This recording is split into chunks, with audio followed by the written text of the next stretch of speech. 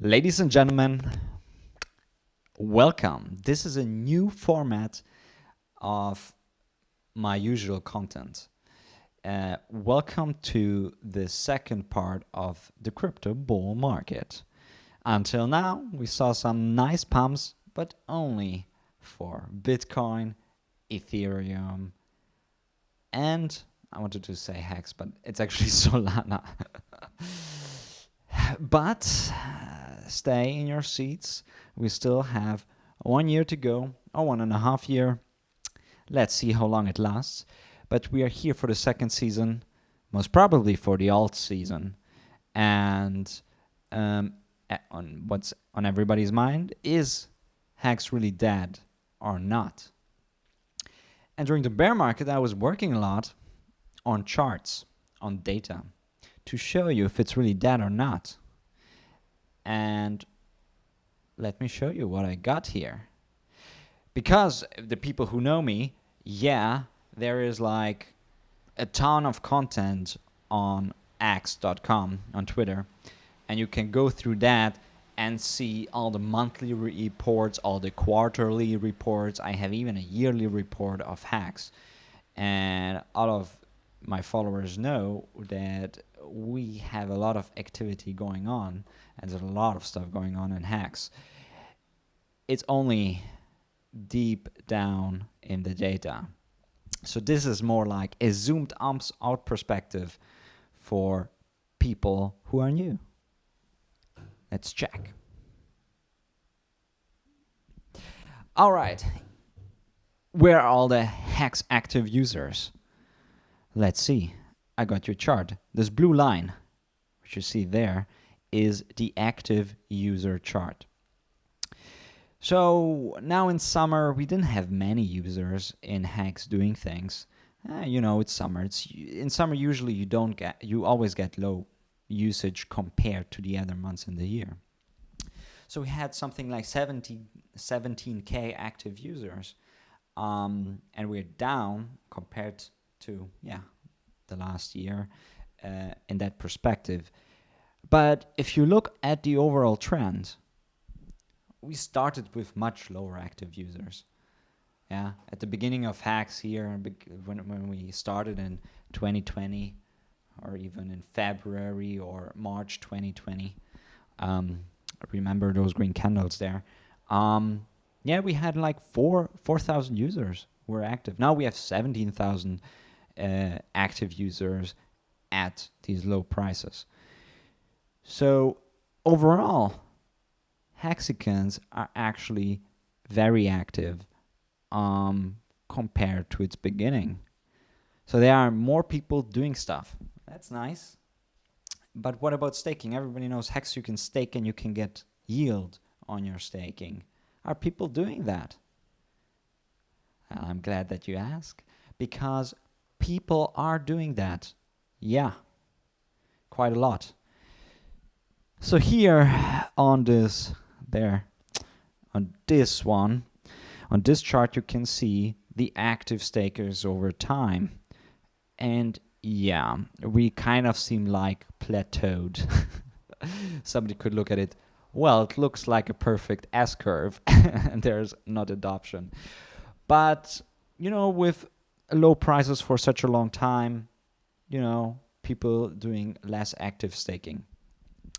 Especially after Pulse Chain launch. And we could delve into the theories of why Hex performed so badly since the Pulse Chain launch.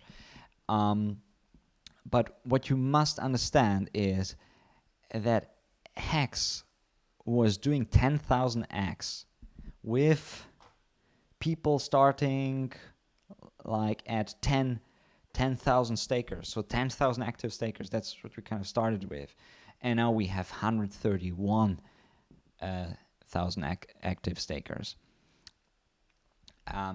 So that's great. And I'm combining here all the active stakers of P-Hex and E-Hex. So keep in mind, people are not quitting staking. They're doing it, and they're getting really great yield. The other thing that I wanted to show is what happened recently. When you quit staking at an inappropriate time, so you committed, let's say, 10 years, but you quit like 6 years after your commitment, you get a heavy penalties. And so I wanted to show this penalty chart. And as you can see that recently we got some quitters, because we have this high amount of penalties in relation to the all-time penalties per month, especially in March and then in May. But it's not the majority of the people. We saw that we have a lot of active stakers and they did not really majorly change. And there's another chart that shows you that not the majority was quitting. There were a couple of whales who just wanted to quit, and they quit their staking positions and then they sold. So it's kind of major whales quitting, and not the majority of the people. And this you can see there. I have to get used to this new video format. But, ladies and gentlemen, here you have a ratio there of quitters who emergency end stake. That's what we call it when you quit a staking position before your stake matures. And as you can see, lately, it's a very small amount of active stakers that actually quit. It's just now, in July, it was 0.1% of all the active stakers quit. At the beginning, we had much more quitters. So the people who quit, they were kind of big holders, big stakers. So they were able to dump a lot. So yeah, this is something that people know who kind of follow me, but a lot of major crypto, mainstream crypto, like influencers, they don't even know that. That's why I built these charts, to provide you this information and to show that there's a community. And where there's community and we kind of stick together, we will just stay. We would just be here, because we're usually not getting hacked because we keep our coins by ourselves and we have our keys, because not your keys, not your coins. And Hexicans do that, so they're not getting hacked.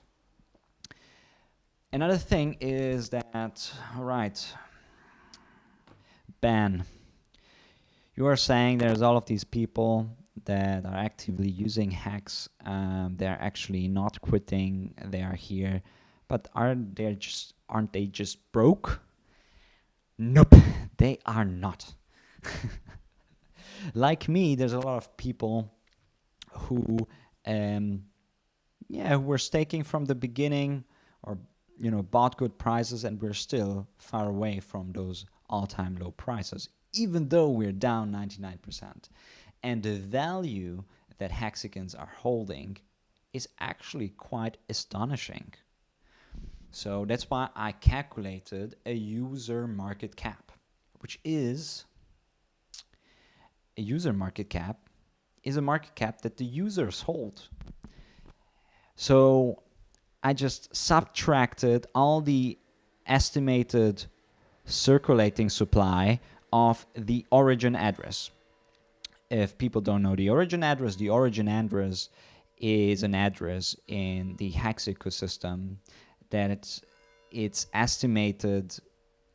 speculated that the founder is holding those assets. And those were never sold, which is great, because it seems like the founder has never sold any of his coins. But I wanted to take that value away and see what are the users actually holding.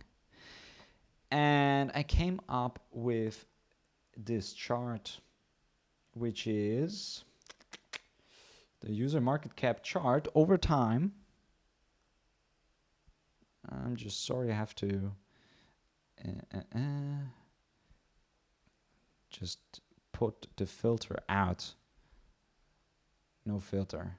How get I rid of this filter? Excuse me for a second while I am correcting. All right. Here we go.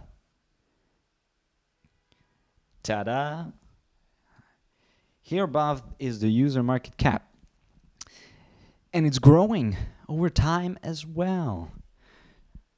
So Hex users were holding at the very beginning something like 780K. Yeah? $780,000 worth of Hex. That was the user market cap. But it grew. And we went even up to 3.8 billion by only users holding. Yeah, it's quite a big market cap. So yeah, it was overvalued a bit. That's when we went down. And now we are around 190 million. 190 million market cap. So that's a lot of value that Hexicans are holding in circulation.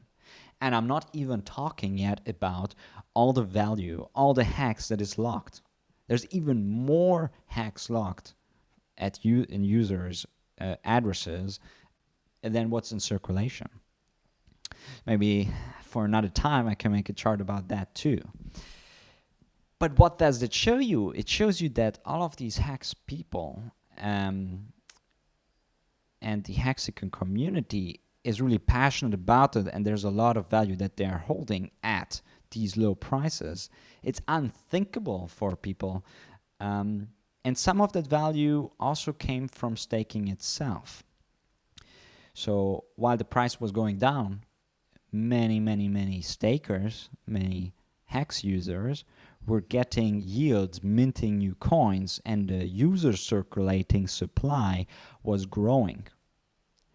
So the actual real scarcity in Hex is not the Hex coin because it's inflating. It is the shares within the system. We call them T shares, like a trillion shares. Because those are deflationary. And just people not familiar with the Hex ecosystem don't know it. And as my first video, first content for a couple of minutes, I wanted to talk about kind of these essentials, show you these charts. So maybe Hexicans can also forward this video to doubters so that they can get a quick look of the history of how much value there was held by Hexicans over time, and how much stakers there are, and how much active users there are. The community is vibrant, and people on Twitter don't understand why. This is why. This is why we're here. And let's remember, we are in the bull market, in part 2 of the bull market. It will be a lot of fun. And if you like this content, yeah, subscribe on YouTube, like it on Twitter, do all of that thing, share it, and maybe I make some more. Let's see you another time.